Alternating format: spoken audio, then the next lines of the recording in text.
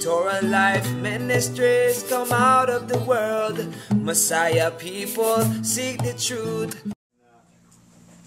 I'm just curious to your opinion on, say, tapping, or are you familiar with that? Yes, yes. Yeah, I would just like your opinion on it. Okay. There's a lot of New Age stuff in the whole energy field things, and I believe tapping, again, we have Yahweh. We don't need tapping and these things to help us, and hypnotism and all these things. We don't need to be using these things the way they're used today, and all the time pretty much, are in ways that go against the idea of Yahweh. Everything from energizing the different chakras of the body to tapping and hypnotism and all these things that some believers will try to claim are of Yahweh. I don't believe any of them are definitely not necessary. They weren't talking about that in the scriptures. Just because they weren't talking about it doesn't mean, but the best technique to be calm and the best technique to get rid of anxiety is to pray. You know, pray to Yahweh. We don't need to do all these tricks and everything else, because there are consequences to all these things, even if they appear to work. There are consequences of these things. When we take something off Yahweh and we put it on something else, you know, even a medicine to a degree, pharmaceutica, you know, it says it in the scriptures how that's witchcraft. Can that save somebody's life? In certain situations it can. But it says right there in the scriptures, pharmaceutica is bad for us, and we shouldn't idolize and worship it, which some people do. I say if something goes wrong and we need that, we should go to Yahweh first in prayer, and if He tells us to take that, then take it. However, what do people do? They take that first, and then after all else fails, they go to Yahweh. So you said you use essential oils. So is that because it's mentioned in Scripture, or is that, I mean, where do you draw that line between, you know, like it's given to us by Yahweh. It's mentioned in Scripture over and over again. It's very healing and protective to the body. And men anointing their beards is just part of Scripture. And it brings me back to Scripture. It helps me think of it when I smell those oils and think about how valuable they were back then and how blessed I am to be able to have them today. Right. And I definitely feel, it also helps me in terms of my physical health. Are there any alternative health cares that you do promote, or do you think? I'm all for doctors, I'm all for medicine and everything else if we need them. They're great. If I get in a car accident, don't tell me an apple, send me to the emergency room. But if I put something in my body that creates an illness, the answer isn't taking some drug to deal with the pain, the answer is to eliminate what's causing the problem. There's a time and a place for some of these things. But I'm not, if I'm having struggles with a friend of mine from high school that I haven't seen in 10 years, I want to go and work it out with him and pray for him and pray with him. I'm not going to do Reiki and look at a picture and start praying over that, you know, sending energy out through the universe and all this stuff. You know, I'm not going to go look at these spells and these Harry Potter movies and all these other witchcraft things and start saying that's of Yahweh. That's not of Yahweh. That's deception of the devil and the enemy trying to say, well, this is good, bring your sons and all this here. And I'm not going to be looking at things like The Secret, which is one of the most deceptive things out there today, $1 million thing, where I can go speak in a health food store and they say, well, you can't mention anything about religion or the Bible, but I can stand there for an hour and talk about yoga or The Secret. They're so deceived, they even have something there called Christian yoga. That's an oxymoron if I ever heard of one. But that's what's out there today, and people are being deceived by these things.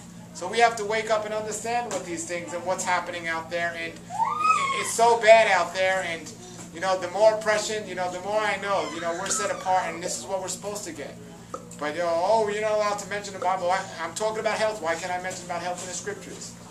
You know, but I can go and mention all these other religions around the world and these cults and everything else and all these things, the Secret and Harry Potter and all this other crazy stuff that, you know, and then you look at even the things that, you know, even the things that people consider, you know, so-called Christian and all this other stuff. You know, these books and everything else. If you even read these books, they say that something like, you know, there's a book called The Shack. They say, oh, that book is one of the best-selling Christian books on the market. Well, it's not following what my Bible says. That's not a Christian book. That's a fiction book of New Age if I've ever seen one. But people are deceived, and that's what's happening out there.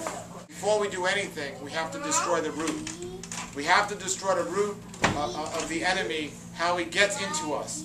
Because our actions will last a certain amount of time, but if the root is destroyed, everything else is destroyed. Anyone that plants, you know, if the root is not pure, the plant will not be pure that grows from it. I can tell you now as a warning though, Torah is so important, but I can tell you, don't forget Yeshua. Because a lot of people get so into Torah that they forget Yeshua. So we need to understand, he was the living Torah for a reason. And we need to understand to stick to both of those. And people are just not doing that today. We have to consistently read the scriptures. You can never say, I've read enough, I know enough. Consistently read things that pertain to the scriptures. Listen to those things. Surround that with your life, and your life will be surrounded with that. But when we slack off and we get away from these things and we run into these problems. I met a believer not too long ago. She said she's been a believer for over 30 years, but she never read all the scriptures. I said, ma'am, either you read really slow, but even if you read slow, you don't care how slow you read, in 30 years you'll still get through reading all the scriptures. Where's your passion? You know, you need to read all this. It's not just once I read it. No, where is your passion? You know, so our passion needs to be there strong, and we need to be thinking these things. And you know, we've got to continuously work on these things, and that's the bottom line. That's the way it is. And like I said, when I hear the funniest things people say to me and talk to me, you know, people look at me now with my beard, they're like, here's the comment I get most. You look so Jewish. And here's my reply. I am. Yeah. You know, but that's crazy what people say. You know, people don't go up to, you know, I have a big beard, I have Jewish features. It's not because of my beard, it's with my Jewish features. Because people don't go up to a homeless man with a big beard and say, you look so homeless.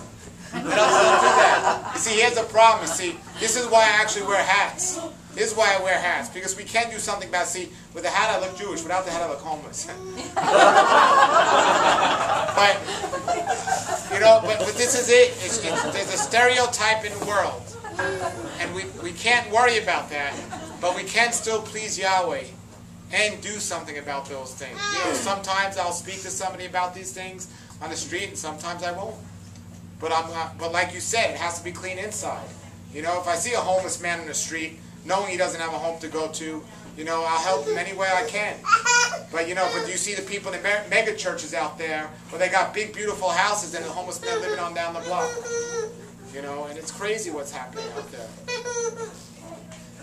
Yes? Back to the New Age stuff, where do you draw the line between speaking prophecy, like in faith, versus witchcraft, basically?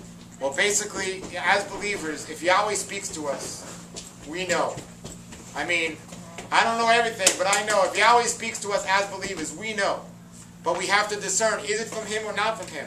Whenever somebody tells me, well, I don't need to read the scriptures, His Spirit speaks to me, I say, you better read those scriptures and confirm it's His Spirit. Because there are many, you know, that's it right there. If it says in the scriptures what we think we're hearing, and we can confirm in the scriptures that that's true and good, well, that's great. But if the scriptures say something opposite than what we think we're hearing, that's not of Yahweh. I think my question was more like, let's say that I felt that Yahweh was telling me something specific, and so then I start speaking it forth as if it already exists, which is scriptural. Where is the line between doing that and speaking forth my own will? Do you get what I'm saying? I get what you're saying. I know that if you speak something long enough, no matter if it's from Yah or not, you will affect a change. The words are powerful. Words are very powerful. And we have to, like you said, use them with caution, especially when we're speaking of others or to others. There's a New Age teaching out there today that says, ask and you shall receive. Right. It's a very New Age teaching. And the secret is the whole idea behind the secret and all the other New Age teachings. The scriptures say, ask, act, and you will receive. We have to take responsibility and do something before that happens. Come out of the world, oh my people, seek the truth, avoid the evil, learn Yahweh's ways.